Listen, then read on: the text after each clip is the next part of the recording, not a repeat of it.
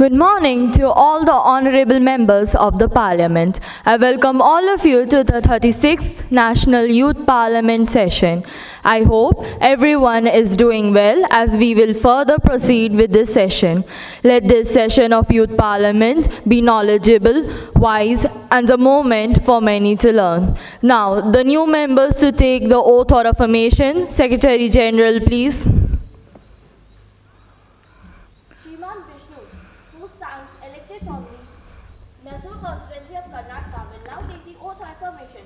Shriman Vishnu? Sir, do you want to take oath or affirmation? Oath, please. In which language do you want to take the oath? In Kannada, please.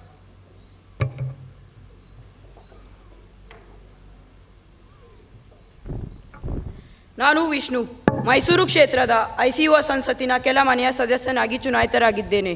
ನಾನು ಕಾನೂನಿನ ಮೂಲಕ ಸ್ಥಾಪಿಸಿದ ಭಾರತದ ಸಂವಿಧಾನಕ್ಕೆ ನಿಜವಾದ ನಂಬಿಕೆ ಮತ್ತು ನಿಷ್ಠೆಯಿಂದ ಹೊಂದುತ್ತೇನೆ ಎಂದು ದೇವರ ಹೆಸರಿನಲ್ಲಿ ಪ್ರಮಾಣ ಮಾಡಿ ಭಾರತದ ಸಾರ್ವಭೌಮತೆ ಮತ್ತು ಸಮಗ್ರತೆಯನ್ನು ಎತ್ತಿ ಹಿಡಿಯುತ್ತೇನೆ ಮತ್ತು ನಾನು ಪ್ರವೇಶಿಸಲಿರುವ ಕರ್ತವ್ಯವನ್ನು ನಿಷ್ಠೆಯಿಂದ ನಿರ್ವಹಿಸುತ್ತೇನೆ.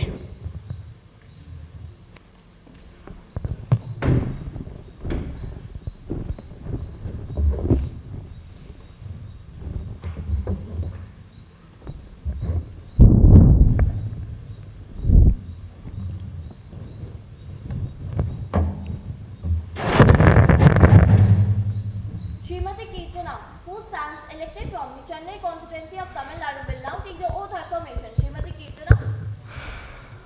Madam, do you want to take oath or affirmation? Oath, please. In which language do you want to take the oath? In English, please. I, Kirtana, have been elected from the Chennai constituency of Tamil Nadu and a member of the lower house of the Youth Parliament.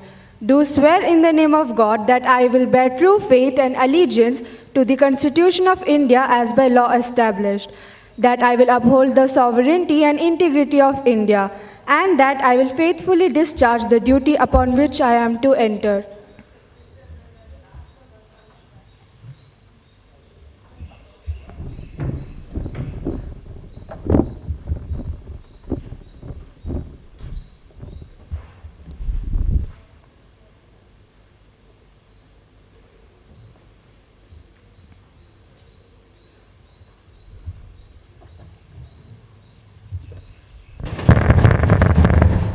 Shriman Siddharth, who stands elected from the Jalhanda constituency of Punjab, will now take the oath or affirmation. Shriman Siddharth? Sir, do you want to take oath or affirmation? Affirmation, please. In which language do you want to take the affirmation? Hindi, please.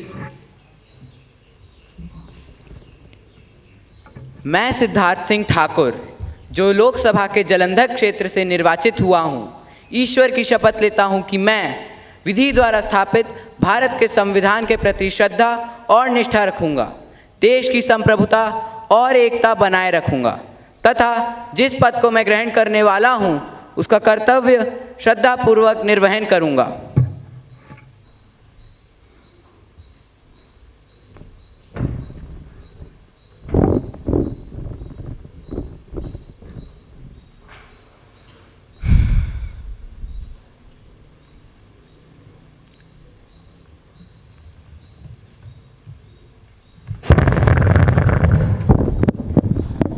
Honorable members, as we are present here today, I would like to make my heartfelt and sorrowful tribute to Shriman Sudha Ramchandran, who passed away on 20th of August 2025.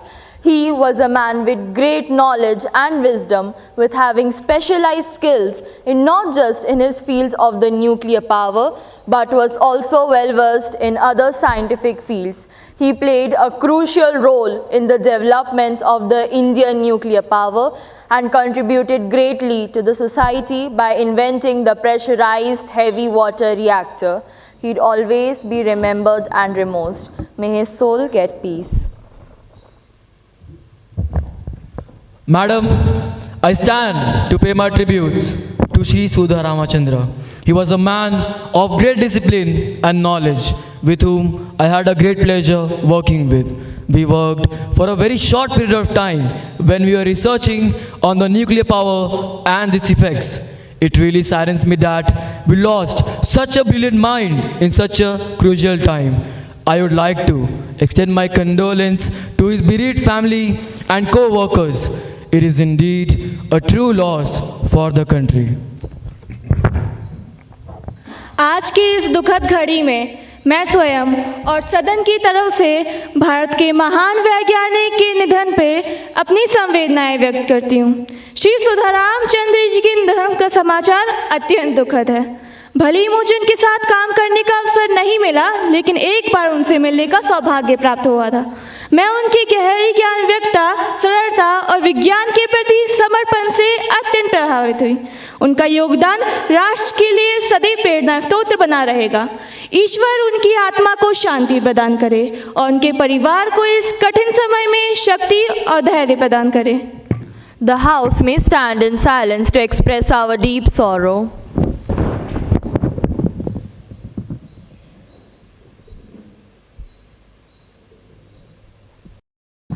The Secretary to please report the message of condolence to the bereaved family. Yes, Madam Speaker. We will send the condolence to the family. Now, Prime Minister to introduce the new ministers.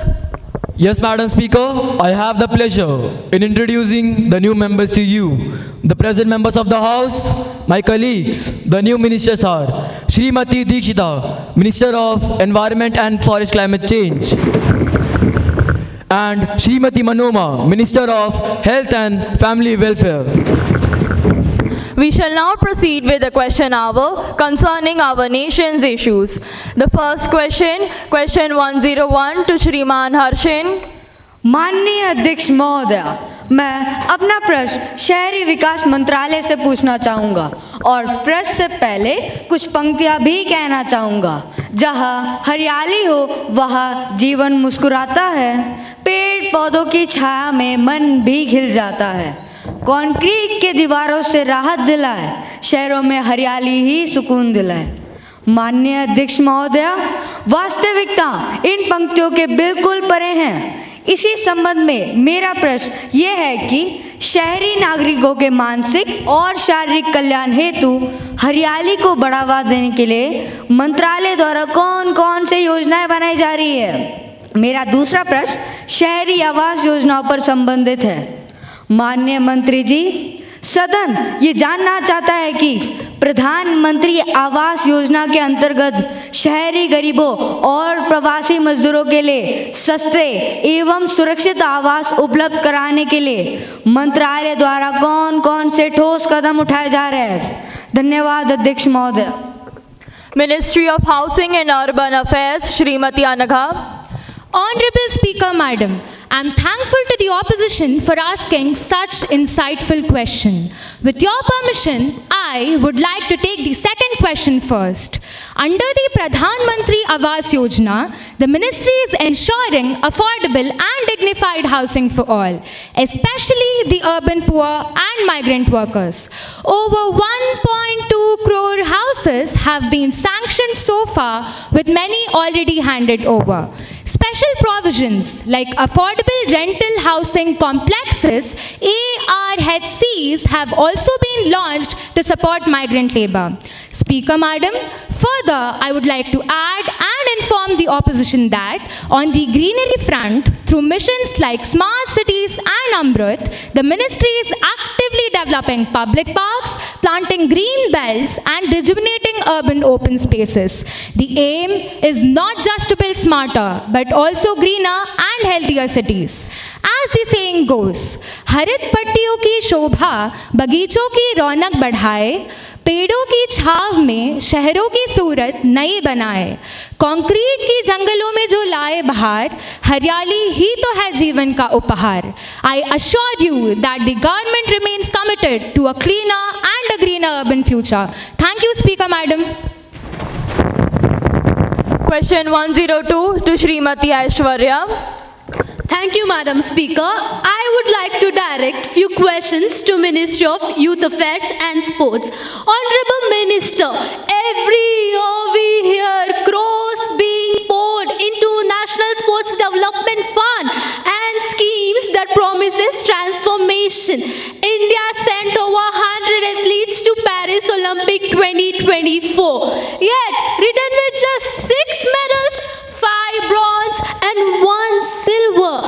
Madam Speaker, I would like to inform this House that New Zealand, with just 5.2 million people, took home 20 medals, including 10 gold. Aren't we ashamed?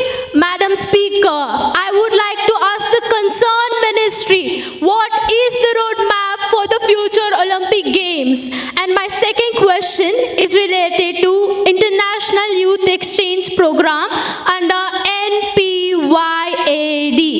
Exchange schemes, are they really reaching rural and underprivileged youth, or are they still platform for the privileged few? Are we shaping leaders or just crafting glossy brochures? Because India's youth is no longer hungry for promises. We're hungry for platforms, for podiums that includes all of us. Thank you, Madam Speaker. Ministry of Youth Affairs and Sports, Shrimati Janani. Thank you, Madam Speaker. I also thank the opposition for asking such an important question. I share your passion and frustration. But let's speak with facts, not just feelings. This year, the government allocated rupees 3,794 crore to youth affairs and sport, more than double what it was decade ago. Over rupees 2,100 crore is for central schemes, with rupees 1,000 crore to Khelo India program alone.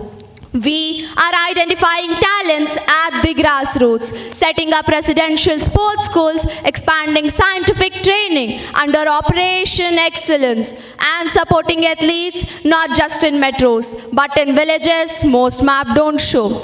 We are building ours from scratch across a country of 140 crore people, not just 5 million. Regarding the second question asked by the opposition, I would like to say that under National Program for Youth and Adolescent Development, NPYAD, and Youth Exchange Programs, lakhs of youth, not just the privileged, are gaining leadership qualities and global exposure.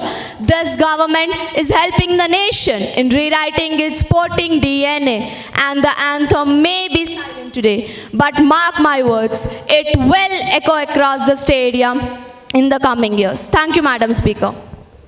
Question 103 to Shrimati Sara. Thank you, Madam Speaker. Will the Honorable Minister of Statistics and Program Implementation please clarify how the ministry is measuring the inclusiveness and the pace of development under the Viksit Bharat vision? I would also like to direct my second question to the minister. What data or indicator shows whether the benefits of growth are truly reaching the unemployed youth? With that, I conclude my question. Thank you, Speaker, Madam. Ministry of Statistics and Program Implementation, Shriman Harsh. Honorable Speaker, Madam, Viksit Bharat is a visionary mission aimed at transforming India into a fully developed nation by 2047, when our country celebrates 100 years of independence. It envisions a prosperous, inclusive, and innovation-driven India. The Ministry of Statistics and Program Implementation is monitoring mega projects. We see more than 300 major infrastructure projects, including railways, highways, and power, ensuring timely completion and reducing cost. We have created data-driven employment planning through tools like PLFS and GDP estimates. We are also supporting Digital India by spearheading India's first fully digital census 2026-27. We are enabling startups and unicorns. We support the startup ecosystem by mapping the economic potential via the census and highlighting workforce trends. Recently, crude oil processing, coal, aviation, sectors like steel, cement, and shipping have shown a significant month-on-month growth, signaling a strong economic push. Thus, Madam Speaker, the Ministry of Statistics and Program Implementation continues to power India's developmental vision by making the governance more informed, targeted, and future-ready. Thank you, Madam Speaker. Moving on, question 104 to Shrimati Moksha. Thank you, Madam Speaker. My question is directed to the Minister of Health and Family Welfare. In the light of recent dengue outbreak in Nagpur, which has already affected thousands, and considering the resurgence of COVID-19 cases with 2,710 new infections and 7 reported deaths, I would like to ask, what immediate and long-term steps is your ministry taking to contain these health threats and to prevent an epidemic from emerging in our country? What strategies are being implemented to strengthen surveillance, early response systems, public awareness, and medical preparedness to safeguard public health nationwide? Thank you, Madam Speaker. Ministry of Health and Family Welfare, Shrimati Manorama. Yes, Madam Speaker, and I would like to thank the opposition member for asking this concerning question. But I would like to inform the House that the Ministry of Health and Family Welfare is actively monitoring the dengue outbreaks in Nagpur and rise in COVID-19 cases with 2,710 infections and 7 deaths reported. We have strengthened disease surveillance under the Integrated Disease Surveillance Program, IDSP, deployed rapid response teams and launched public awareness drives.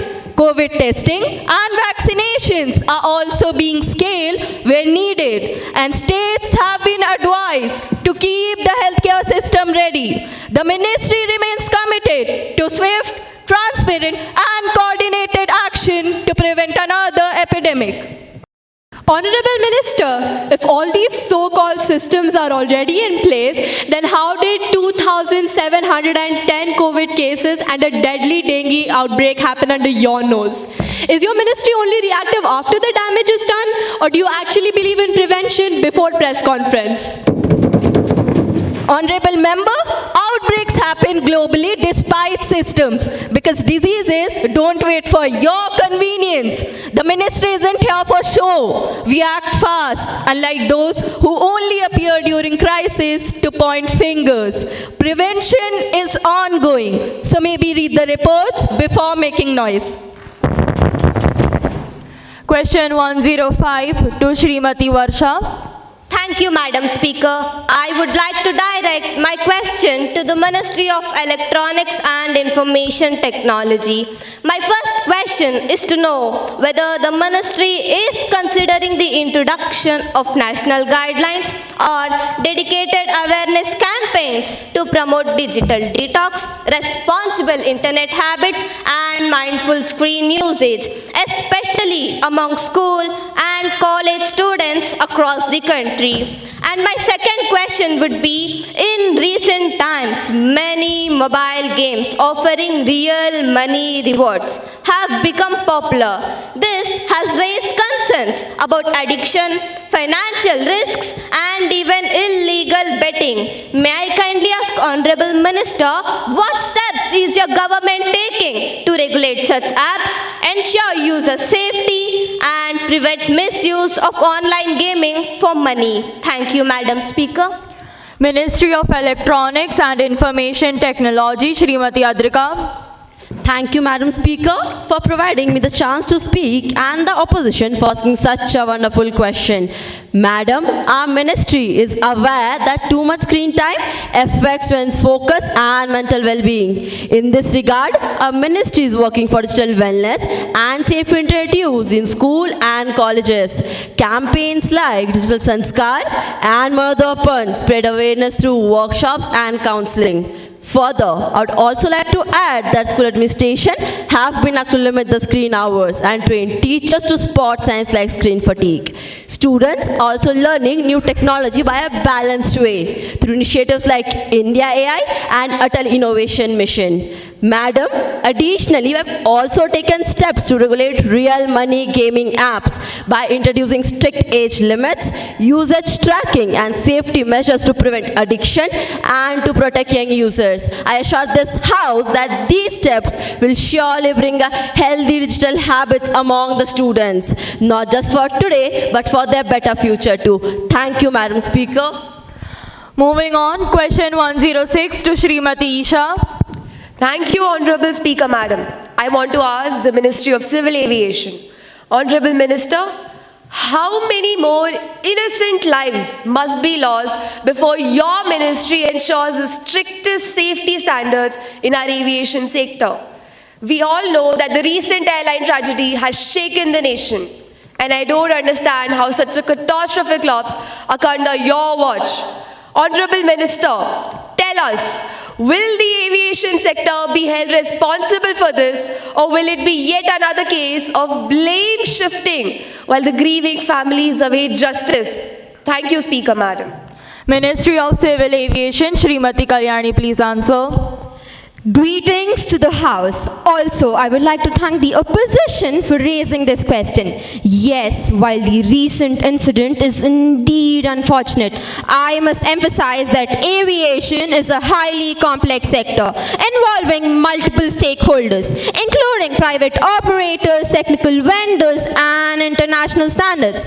Madam Speaker, preliminary inquiries suggest that there may have been unforeseen technical anomalies, possibly beyond immediate human control.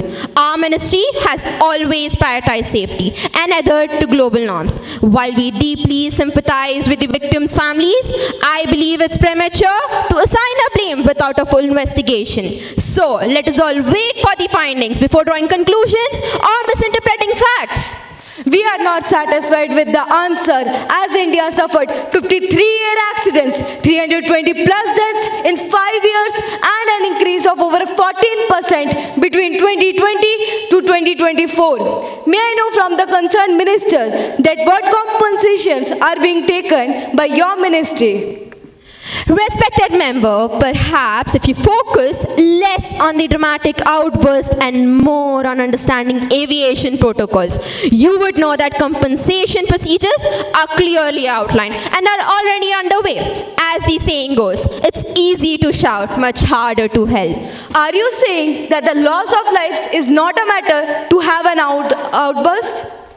Honorable member, I have said no such thing. All I am saying is that the recent incident which has occurred wasn't the fault of our ministry. Then whose fault was it?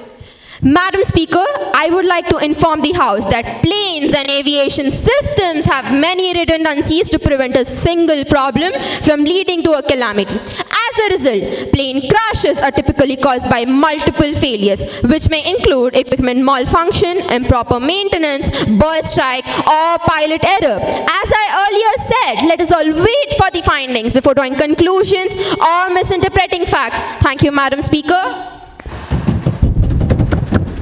Settling it here, question 107 to Shrimati Likita. Thank you, Honorable Speaker, Madam. The Ministry of Rural Development speaks of policies like PM Kisan, crop insurance, and many more. But in reality, hope is dying. Every year, over 10,000 farmers lose their life. That is one every hour. If these are reforms, then I ask, when will the hands that feed this nation reach the promises that you have made in this House? Thank you, Madam Speaker. Ministry of Rural Development, Shriman Rehan. Thank you, Honorable Speaker, Madam. I would like to thank the opposition for having such concern. However, I would like to notify that we have already started with the initiatives and are addressing rural distress with robust policies that truly empower the farmers. Our initiatives like Electronic National Agriculture Market, ENAM, and Farmers Producer Organization, FPOs, Both together are empowering farmers with better market accessibility and fairer price for their produce. Moreover, the government have increased the minimum support price for 14 kharif crops. Please note 14 kharif crops in the current season. Our ministry is actively working towards PM Kisan Samman Nidhi, which provides a vital ₹6,000 per year directly to over 11 crore farmers, offering crucial income support. Further, I have to inform the House that our self-help groups have transformed rural women into formidable entrepreneurs, facilitating over ₹5 lakh crore bank linkages for more than 9 crore women. And importantly, we are also focusing on climate resilient agriculture, organic farming and natural farming practices. In conclusion, we are not just building infrastructure but aspiration, where every farmer feels proud, the youth feels hopeful and the women feels empowered. Thank you, Madam Speaker. Question 108 to Shrimati Rashesari. Thank you, Madam Speaker. I want to know from the Ministry of Railway. Honorable Minister, the House must be aware that 678 accidents happened during the period of 2014 to 24. The railway accident happened in many places, such as Maharashtra, Uttar Pradesh, West Bengal, and Orissa and Telangana. What compensation is the ministry providing to the victims' family? Also, what are the steps taken by the ministry for the net zero emissions by 2030? And how is the ministry planning to utilize the allocated budget of 3,02,100 crore? Yes, 3,02,100 crore. Thank you, Madam Speaker. Union Ministry of Railways, Shriman Shreyas. Honorable Speaker, Madam, I would like to thank the opposition for taking such a concern, and I would also like to apologize to the people who have lost their loved ones in the tragedy. And we assure you that the compensation had been paid to all, and we are also working towards finding the solutions to ensure no such tragedies will occur in future. However, it's indeed saddening that the opposition fails to notice and appreciate the positive changes taking place in the sector. We have already started with the initiative of net zero carbon emission by 2030 with the significance of carbon emission reduction. And as far as allocation of budget is considered, I am sure that the opposition understand the process completely changing the system from its root take time. कहते हैं ना, ऊँट के मुंह में जीरा और ऊपर से सबर का पाट. That's all I have to say. Thank you, Speaker Madam, and the opposition for asking this question. Now towards the last question for the day. Question 109 to Shrimati Deepika. Being middle class means you're the government's favorite ATM. Always expected to withdraw, never allowed to decline. Honorable Speaker Madam, my today's question is about the stark reality of Indian tax system. What innovative strategies are being adopted to widen tax base and bring more citizens and enterprises in tax net? Additionally, could the respected minister please elaborate on the steps being taken to curb tax evasion and aggressive tax avoidance by large corporations and high net worth individuals? Thank you, Madam Speaker. That's all I have to ask. Ministry of Finance, Shrimati Lakshmi. Honorable Speaker, ma'am, whatever was said by the opposition member may sound harsh, and I must say that I do understand the sentiment behind it. But as each one of us know, middle classes are not rich enough to escape tax planning and not poor enough for relief schemes. But let me assure this House that me and my ministry are not taking this for granted. In fact, our aim is a tax system which is fair and transparent. In the financial year 2023-24, we collected over 19.5 lakh crore rupees in direct taxes with an 18% growth. With the help of AI tools, PAN Aadhaar link and GST data, we've been able to bring more people into tax system.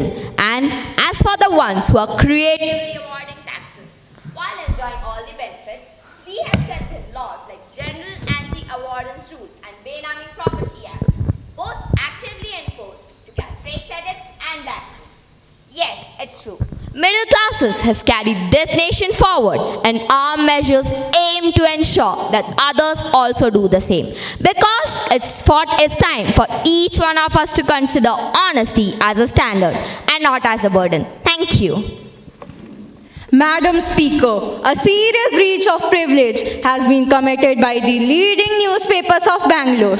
While commenting on the recommendations of the latest rules for the new education system, the paper has attributed dishonest motives, and I have requested you to allow me to raise a question on that matter now. Ms. Sandhya, have you given any notice of it earlier?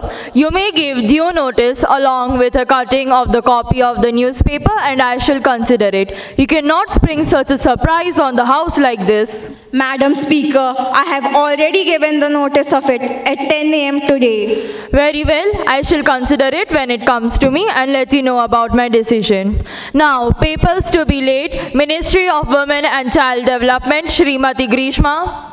With honor, I address this august house. Before I proceed with the papers to be laid from my ministry, I would like to state a small verse from a well-known poem. महावारी पर खुलकर बोलो, महावारी पर खुलकर बोलो, बेटियों को ज्ञान से तोलो, शर्म नहीं समझ बढ़ाओ, हर बाधा से नाता तोड़ो.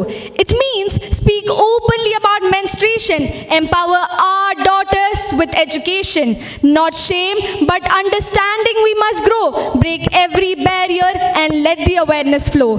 Now I present before this house a report jointly prepared by the Ministry of Education and Ministry of Health and Family Welfare on strengthening menstrual health awareness and hygiene management in schools. Menstruation, despite being a natural biological process, is still surrounded by stigma, silence and misinformation, affecting our girls' health, dignity, confidence and attendance in schools. To address this, a 3-step national action plan has been proposed. Step 1, scientific and inclusive menstrual education from grade 6 onwards.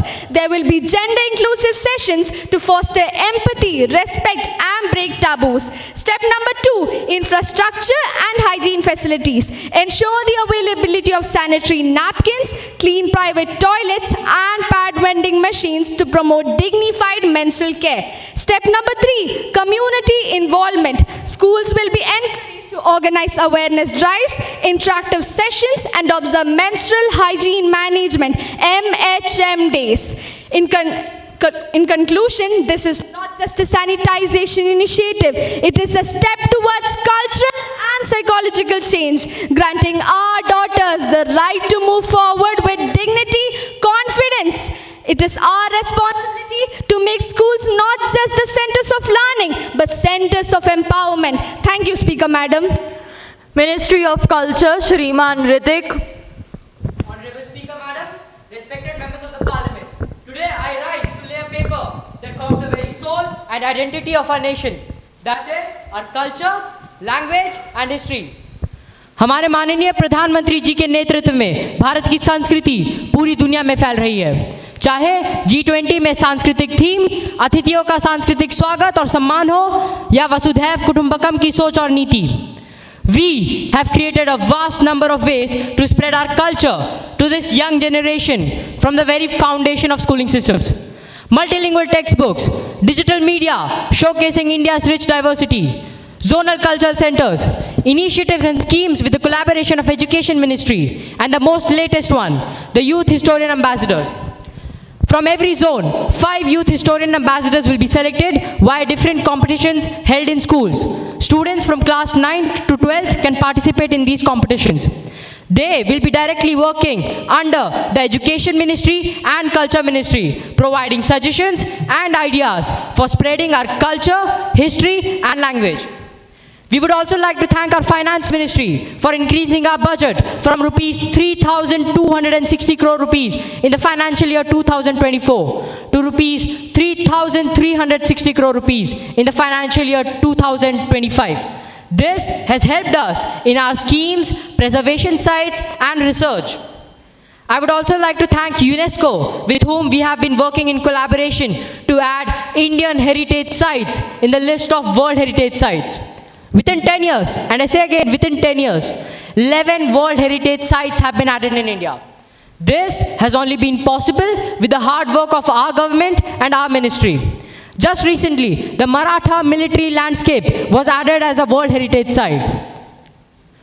मुझे ये बताते हुए बहुत गर्व है कि इस साल भारत का ही नहीं, पूरी दुनिया का सबसे बड़ा सांस्कृतिक आयोजन महाकुंभ हुआ था। इस महाकुंभ में हमारी सरकार ने 15,000 करोड़ रुपए से ज़्यादा का बजट अलॉट किया, जिसमें से हमें 65,000 करोड़ रुपए से ज़्यादा का मुनाफा हुआ। यह मुनाफा हमारी सरकार को नहीं, बल्कि देश की जनता को हुआ है। हर उस व्यापारी को हुआ है जिसने महाकुंभ में हिस्सा लिया था। 65 करोड़ से ज़्यादा लोग शामिल हुए थे इसमें, जिसमें से 50 लाख से ज़्यादा विदेशी थे। हमने 2047 तक का प्लान बना लिया है। हमें आपका समर्थन और सहयोग चाहिए ताकि हम भारत की संस्कृति पूरी दुनिया में फैला सके। धन्यवाद स्पीकर महोदय। Moving on with our session, Secretary to please report the message from the Upper Parliament House. Madam, I am directed to enclose a copy of Act of National Vocational Learning and Career Readiness Act 2025 as passed by the upper chamber. By the provision of rule and procedure and conduct of business in the upper house of the Parliament, I am directed to enclose a copy of Bill of National Vocational Learning and Career Readiness Act 2025 as passed by the upper chamber. Secretary to lay on the table a copy of the bill as passed by the upper chamber.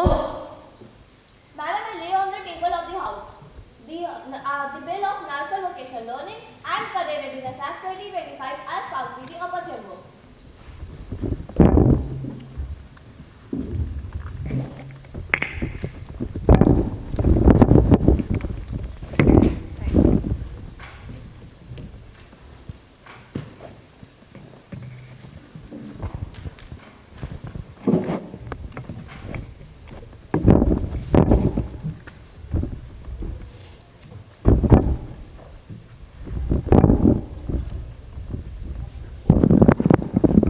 Honorable members of the House, I take a great pleasure in announcing that among us we have the members of the Federal Parliament of Australia. They have joined us on the 15th of August 2025. Now, with that, I would like to welcome Madam Amelia, who is the Honorable Speaker of the House of the Representatives, along with Sir Edward and Madam Lucy, who are both the Honorable Deputy Speakers. They are currently seated in the special box. We wish them a happy and wonderful stay, and through them I'd like to convey my greetings to the Honorable President, the Prime Minister, the Federal Parliament members and the wonderful people of Australia. Honourable members of the Parliament House, thank you for such a warm welcome. I'm extremely thankful to the Indian government and the people here for being so warm and wonderful throughout our stay here. Today, as I wear this beautiful sari, which is a timeless garment used all across India, I feel so honored. Through this experience, I've been able to understand the rich culture, heritage, the long-lasting history of the country, and the traditions followed all across the country. Even though we've only been able to visit a few states, we were still able to see the beauty of vast culture presented in the My colleagues and I are truly grateful for being provided such a wonderful opportunity. Thank you all. Now I'd like Shriman Samat to bring out the calling attention motion. Honorable Speaker, sir, and respected members of the House, today I stand before you deeply saddened due to the devastating floods in Assam, Arunachal Pradesh and Sikkim. Over 30 lives have been lost, countless homes have been destroyed, entire communities have been cut off. I offer my heartfelt condolence to the grieving families. This is not just a natural disaster, but is a result of government failure. Year after year, flood strikes, and yet the system remains unprepared. Promises are made, funds are announced, but they lead to nothing. Why is flood control system still outdated? Why is emergency response always delayed? It is shameful that in a nation aiming to lead the world, people still die due to poor infrastructure and planning. The ruling government must stop hiding behind excuses and take real responsible actions. Not tomorrow, but today. The nation is watching and they won't stay quiet. Thank you, Speaker, sir. I thank the esteemed member for raising such a deeply concerning issue. The government is fully aware of the grave situations unfolding in northeastern states, particularly Assam, Arunachal Pradesh and Sikkim, where landslides and floods have caused a tragic loss of life and widespread displacement. We express our heartfelt condolence to the families affected, and immediate action has been taken. Deployment of NDRF and SDRF teams for rescue operations with coordination to state government, army units and air force are assisting with evacuation, especially in hilly terrain areas. Relief packages such as food, medicine and water are being supplied at the war footing. This crisis is a stark reminder that nature must not be taken for granted. I repeat, nature must not be taken for granted. As APJ Abdul Kalam once said, you cannot change your future, but you can change your habits, and your habits will definitely change your future. This is not a time we act with foresight, but even hindsight. We have also taken help from Ministry of Environment led by Srimati Dikshita, and we are looking forward to find solution. Thank you, sir. Honorable Speaker, sir, we have taken a couple of measures to strengthen the environmental impact assignments before undertaking infrastructure projects in ecologically fragile zones such as the Northeast. We have enhanced afforestation and watershed management programs in hill and riverine areas, which control soil erosion and reduce the impact of flash floods, and also worked on climate adaptive urban and rural planning, which ensures that human settlements are not being built on high risk floodplains or landslide areas, and also using and supporting traditional ecological knowledge of various indigenous communities which have long provided sustainable living models. Thank you, Honorable Speaker, sir. That's all I have to say.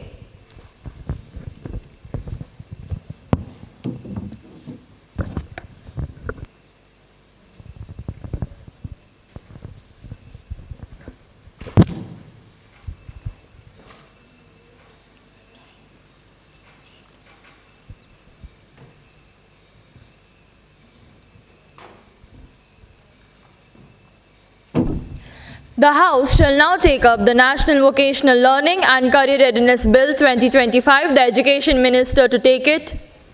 Give fish to a man and you will feed him for a day. Teach the man how to fish and you will feed him for a lifetime. Honorable Speaker, Madam, आज की तेज़ी से बदलती दुनिया में सिर्फ किताबी शिक्षा काफ़ी नहीं है, उसे व्यवहारिकता से जोड़ना भी ज़रूरी है। ज्ञान का एकमात्र स्रोत अनुभव है। रचनात्मकता निपुणता के बाद आती है, इसलिए कौशल में निपुणता युवा प्रतिभाओं के लिए पहली प्राथमिकता होनी चाहिए। The national vocational learning and career readiness bill 2025 bridges the gap between classroom learning and real life skills, creating confident, skilled and future ready students. Our need for the bill is to align education with real job skills, encourage early skill development and innovation, reduce school dropouts by making learning relevant and interesting, empower students with career awareness and self-belief. Our main objective is to make vocational education a compulsory and integral part of school curriculums from class 8 onwards, building real-life skills based on student interests and preparing them for modern careers. Some key provisions of the bill include students in classes 8, 9 and 11 will learn through hands-on and theoretical modules. Options will include agriculture, coding, design, hospitality, media and many more. बच्चों की रुचि और क्षमता के अनुसार विकल्प मिलेंगे, किसी पर दबाव नहीं होगा। Schools will collaborate with local artisans, industries and professionals for internships. Exposure will be organized at specific times without affecting academics. A national vocational learning calendar will guide the schedule and partnerships. Students will earn NSQF recognized certificates yearly. A digital skill credit bank will track learning useful for jobs, colleges, or business. Teachers will receive training through the National Vocational Instructor Fellowship Program. Progress-based evaluation only, no fear of marks. बच्चों की रुचि और क्षमता के अनुसार विकल्प मिलेंगे, किसी पर दबाव नहीं होगा. Honorable Speaker Madam, as for the funding mechanism of the bill, a National Vocational Education Fund, NVEF, will be created. 0.5% of the annual education budget will be allocated to vocational education. Additional funding via Skill India Mission and PMKVY. States will match up to 30% of central funds. State education and skill missions will manage implementation. Assistance from UNESCO, UNICEF and NGOs to support rural and vulnerable areas. कर्म ही पूजा है. यह विधेयक काम की प्रतिष्ठा को बढ़ावा देता है और हर छात्र को कौशल संपन्न बनाता है. The bill promotes dignity of labor, self-reliance and pride in skilled work. A skilled youth is not just a worker, they are the architect of the nation's future. This bill is not just a policy, it is a promise to our youth and the future of India. With this, I present the National Vocational Learning and Career Readiness Bill 2025 for the approval of this esteemed House. Thank you, Speaker Madam. Sir, I am confident that all the honorable members of this House, irrespective of their party affiliation, will welcome the bill wholeheartedly. Along with the acceptance, they would be able to learn about the root causes of distress towards the youth. Now, does anyone have any queries to ask? Yes, Shriman Devyarth. आदरणीय अध्यक्ष महोदय, इस विधेयक का उद्देश्य युवाओं को व्यावहारिक कौशल से सशक्त बनाना सराहनीय है, लेकिन कुछ चिंताएं हैं. कक्षा 8 से व्यावसायिक प्रशिक्षण अनिवार्य करना बच्चों की रुचि और क्षमता को समझे बिना यह बहुत जल्दबाजी हो सकती है. ग्रामीण और पिछड़े क्षेत्रों में आवश्यक संसाधन और प्रशिक्षित स्टाफ की भी कमी है, जिससे ये केवल दिखावा बन सकता है. साथ ही परीक्षाओं के समय पे इन छात्रों पर अतिरिक्त दबाव भी आ सकता है. समाज में व्यावसायिक शिक्षा को लेकर के नकारात्मक सोच एक बहुत बड़ी बाधा है. इसलिए इसे पूरे देश में लागू करने से पहले पायलट प्रोजेक्ट और विशेषज्ञ परामर्श भी जरूरी है. धन्यवाद अध्यक्ष महोदय.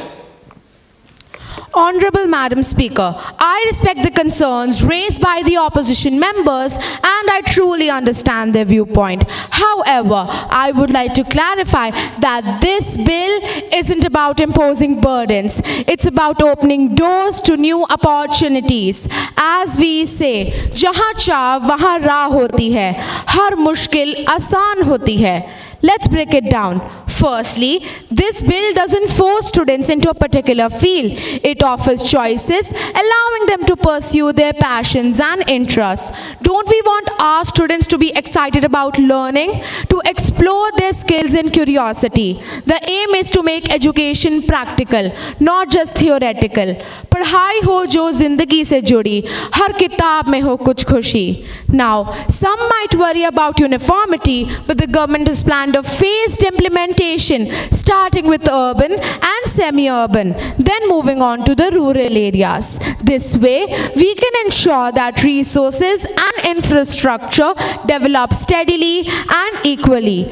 शहर से गांव तक शिक्षा की रोशनी फैले, शहर से गांव तक शिक्षा की रोशनी फैले, हर कोने में हुनर की एक नई सुबह निकले.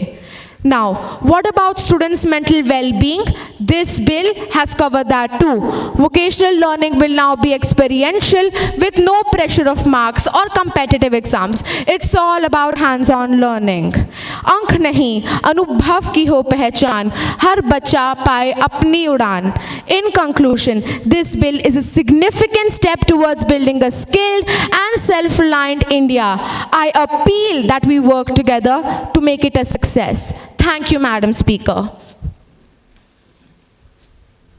While this bill is wrapped in noble intentions and grand language about empowering students with practical skill, Talk about reality, not just fantasy but reality. How does the ministry plan to bridge the massive gap between the infrastructure and trained personnel, especially in rural, tribal and underserved areas? It's not like you can just roll out a nationwide vocational training program with wishful thinking and half-baked planning.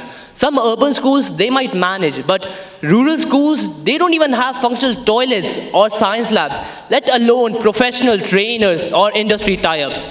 So, is this bill just another shiny headline for the cities while the rest of Bharat is left behind to figure things out on its own?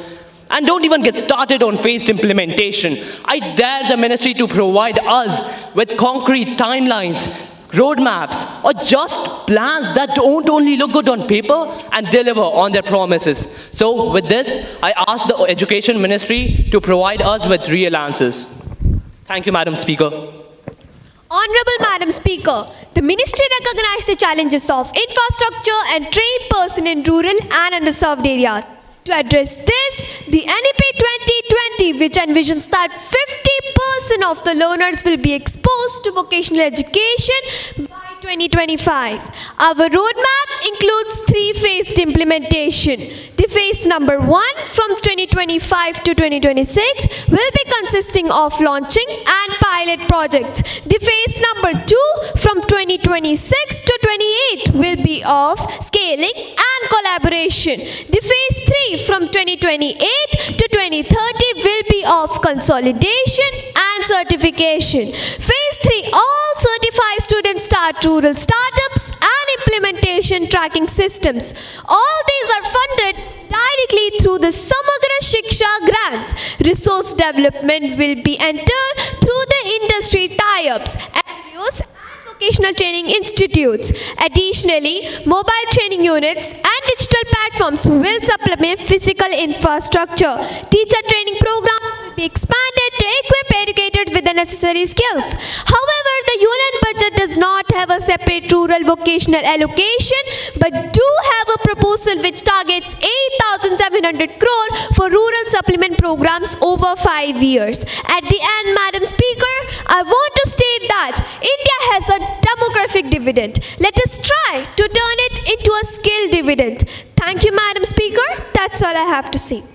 Would the Education Minister be willing to conclude? Honorable Speaker, Madam, I would like to conclude by saying that this bill introduces structured vocational training from class 8 onwards to blend education with employability, skill and confidence. Together we are lighting the path toward hope and opportunity for every student no matter where they come from. Let us unite in this mission to empower our youth and build a brighter, stronger India. With this, I present the National Vocational Learning and Career Readiness Act 2025 for the consideration and approval of this esteemed House.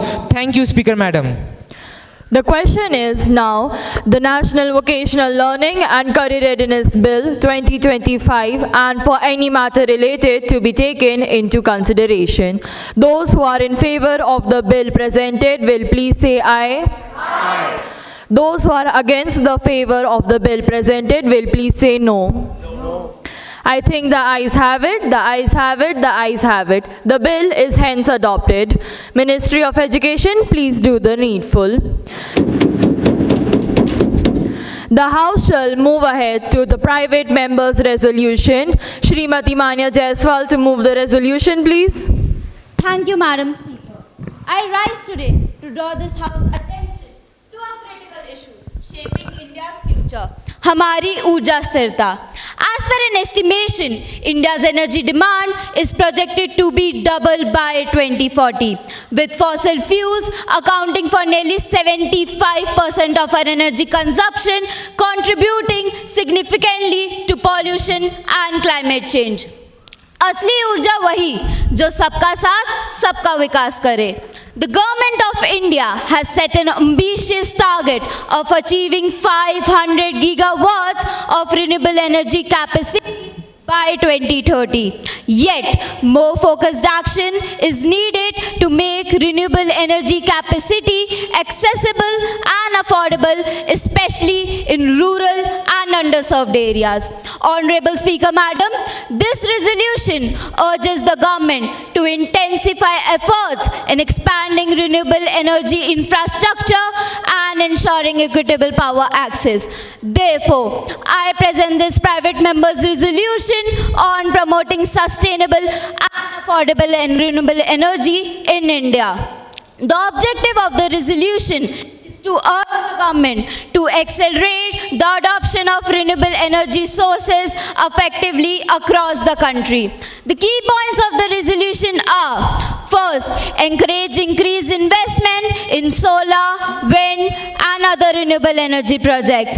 Second, implement schemes to make renewable energy sources effective and accessible to households and small businesses. Third, to strengthen the power grid infrastructure to integrate sources effectively and to promote sustainable energy. The importance of the resolution is to combat climate change by reducing dependence on fossil fuels and therefore reducing India's carbon footprint, to ensure energy equity reaching all corners of the nation with reliable power supply, and thus to become a global leader in sustainable development. Thank you, Madam Speaker. मैं आपकी इस बात से बिल्कुल सहमत हूं कि देश में नवीकरणीय ऊर्जा के उपयोग को बढ़ावा देने के लिए सरकार की योजनाएं सराहनीय है, मगर अभी भी ग्रामीण और पिछड़े क्षेत्रों में बुनियादी ढांचे और ट्रेन कर्मियों की भारी कमी देखी जा रही है। मैं आपसे यह पूछना चाहती हूं कि इन क्षेत्रों में पर्याप्त संसाधन प्राप्त करने और प्रशिक्षण कार्यक्रम आयोजित करवाने के लिए सरकार कौन से ठोस कदम उठा रही है?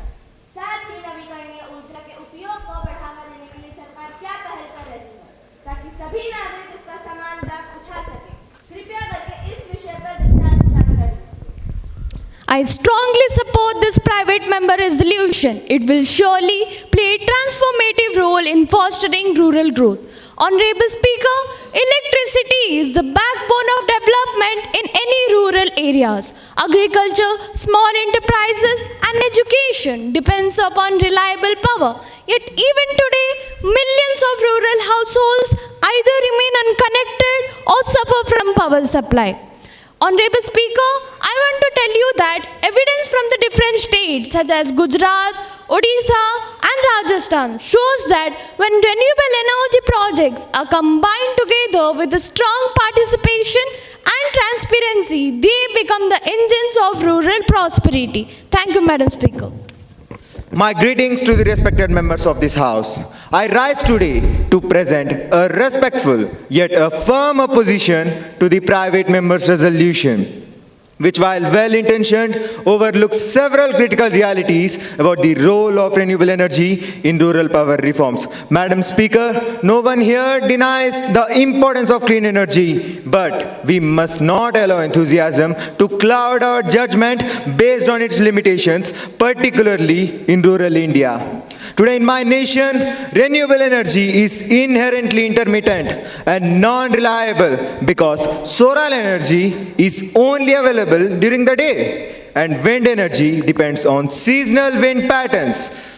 And storage solutions are expensive and it is also technically challenging to maintain them in villages. So I urge this House to consider a more balanced strategy, one which combines renewable with grid reforms and investments on storage technologies and stronger governance framework before enduring the sweeping commitments that may ultimately disappoint the very people we aim to serve.